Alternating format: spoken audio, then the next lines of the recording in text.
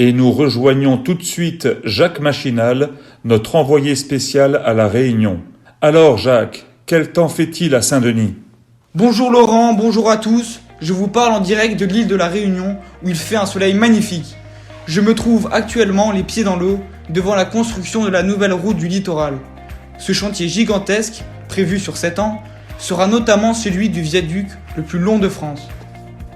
Mais c'est aussi la route la plus chère du monde.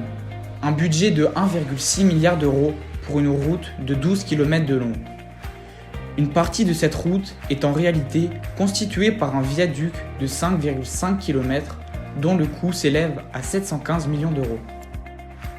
Financé en partie par la région à hauteur de 42%, par l'État à hauteur de 49% et par l'Europe pour les 9% restants, le chantier de la nouvelle route du littoral a pour objectif de mettre fin à une situation d'insécurité permanente pour les dizaines de milliers d'usagers qui empruntent chaque jour cet axe stratégique. Ce chantier d'une envergure exceptionnelle et d'un coût financier extravagant vise à mettre un terme à de lourdes perturbations pour l'économie locale et se veut exemplaire sur l'aspect environnemental. Il est vrai que les territoires ultramarins sont victimes de l'éloignement de la métropole et que la France d'outre-mer est confrontée à des risques naturels tels que le volcanisme, les séismes et à des conditions climatiques difficiles. Cette nouvelle route contribuera au projet de l'État qui a pour objectif de développer les filières économiques telles que le numérique, l'agroalimentaire, le tourisme et l'économie bleue pour aider la Réunion à s'insérer davantage dans la zone économique du Grand Océan Indien, en affirmant son rôle d'influence internationale dans ces 4 secteurs d'activité. Les Réunionnais doivent mobiliser leurs énergies pour accompagner et réussir le développement économique de leur île. Alors pourquoi une nouvelle route du littoral ? Eh bien voici quelques explications sur la situation de cette île.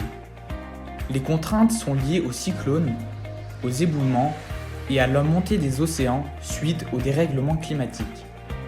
Les objectifs pour l'environnement sont de préserver la faune et la flore, terrestres et aquatiques.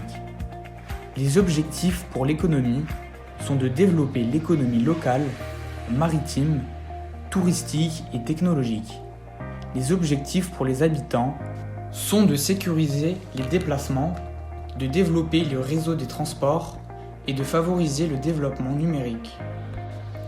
Ce que je peux vous dire à l'heure actuelle, c'est que les Réunionnais retiennent 4 éléments importants concernant cette nouvelle route. Le premier point est avant tout de garantir la sécurité des usagers face au risque d'éboulement et de houle cyclonique. Le second point est que ce viaduc est nécessaire pour les habitants, car la route actuelle arrive en fin de vie et devient dangereuse. Troisième point, il faut fiabiliser le transport des personnes et des marchandises entre le nord de l'île et ses côtes sud et ouest. Et enfin, dernier point, favoriser les transports collectifs en offrant dans les 2 sens de circulation un couloir de bus et un espace sécurisé pour les cyclistes. Aujourd'hui, les priorités de l'État et de notre président de la République est d'achever cette construction. La France occupe un territoire important dans les océans et peut donc exploiter plus de ressources. Les territoires d'outre-mer attirent les touristes, ce qui apporte beaucoup d'argent à la France. Mais ces opportunités ne pourront se développer qu'à la condition de valoriser le territoire. C'était Jacques Machinal, les pieds dans l'eau, en direct de La Réunion.